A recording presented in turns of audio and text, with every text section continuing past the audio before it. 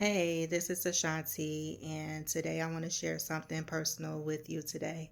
As you may have heard, that Reverend Jesse Jackson passed away today, and it meant something special to me because I'm from Chicago and I graduated from Harper High School, Inglewood, the south side of Chicago. And before I graduated from Harper High School, I had the opportunity to attend the HBCU Tour, where they take selective students from different high school and you go on different tours, for HBCUs. So I attended several universities and colleges, and I had the opportunity just to expand my horizon. I almost didn't make it, but I'm glad I did. And special shout out to, I hope you're listening, Miss Harrell, some of my high school friends that I still connect with today. I hope you see this video and it makes you smile. But just looking back at the video, and of course, they gave us a DVD, which I still have today. And I have a laptop that I could put it in. So I'm just going to show you some little snippets of the things that we went on, and it just meant to me about the people from that have made history, the people that have made an impact.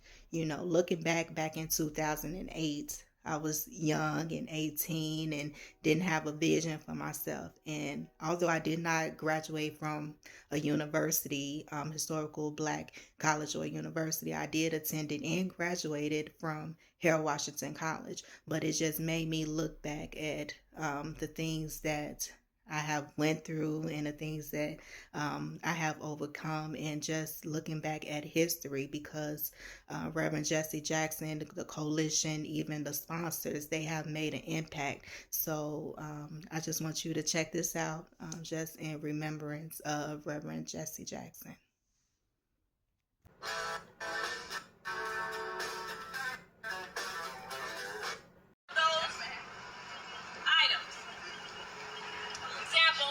First one is find a student who is a freshman.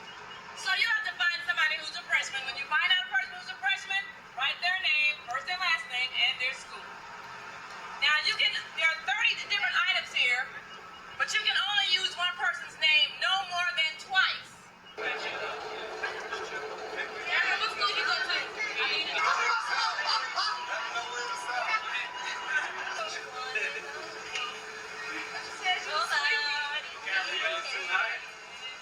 You don't know what blessings God has for you. Blessings are tied into a specific location. You cannot get blessed in this location if God has called you over there. Your blessing is waiting for you to arrive. The blessing ain't held up. It's waiting for you to arrive. You see what I'm trying to say?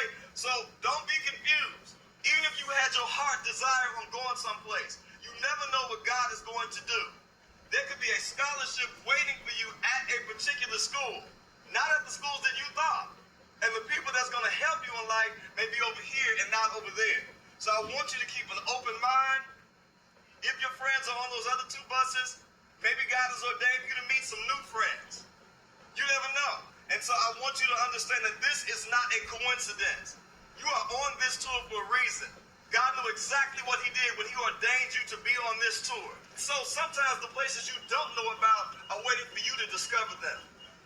Open your mind for the next 7 days and let God show you what he has in store for you. That's what I want to say to you. God bless. HBCU Tour 2008 at Virginia Union University. Wow! You guys are from Chicago, correct? Yes. The majority of Chicago, okay. Virginia Union is a small school. There's about 1,500 to 1,600 students here, so probably about the average size of your high school. But the reason why I chose to come here, because it is a small institution, and because I get one-on-one attention from all my teachers.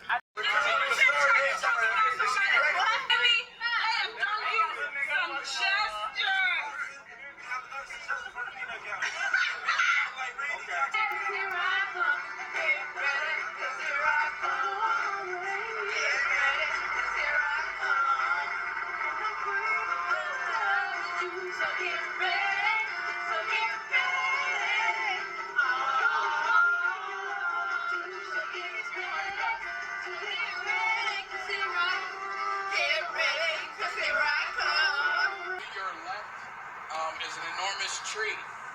This tree is called Emancipation Oak. The Emancipation Oak is basically where the first Southern reading of the Emancipation Proclamation was read to the newly freed slaves in this area. More importantly, it allowed African Americans to be able to go to school and get an education. So under this tree sat 15 students. Mary Peak was the first teacher, and Brigadier General Armstrong. And this is where Hampton Normal Agricultural Institute began on April 1st, 1868. Hopefully you all know who this gentleman is. Yes, this is Booker T. Washington. He actually graduated in the class of 1875.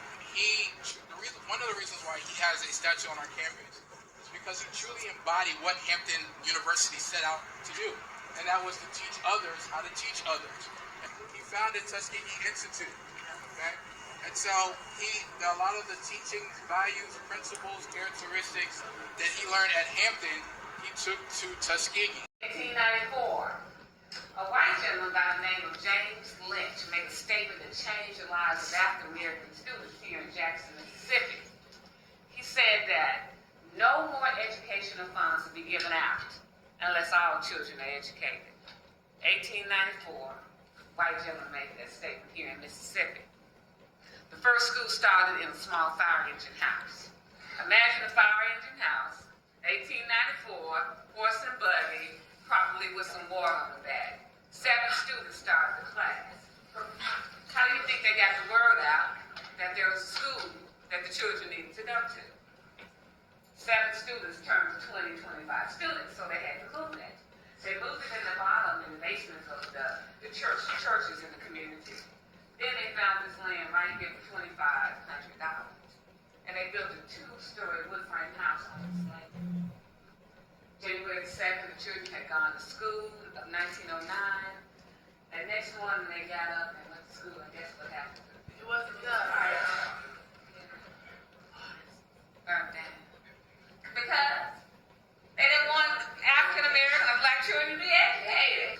These are some of the artifacts from the school. The desk of 1921, and this desk right here is the last desk of 1971 before the school closed. This gentleman here is Mr. Smith Robertson. That's who the school is named after. He's a former slave from Fayette, Alabama. All of this story is that you never give up. You never lose that fighting personality that you have. Because it's gonna get bad. You guys think life is kind of crazy now. You just wait. Because I call you mini adults. You just wait till you become an adult. But you can never give up. And Horace Buckley never gave up. This is a cotton sack. This is what the field slaves used.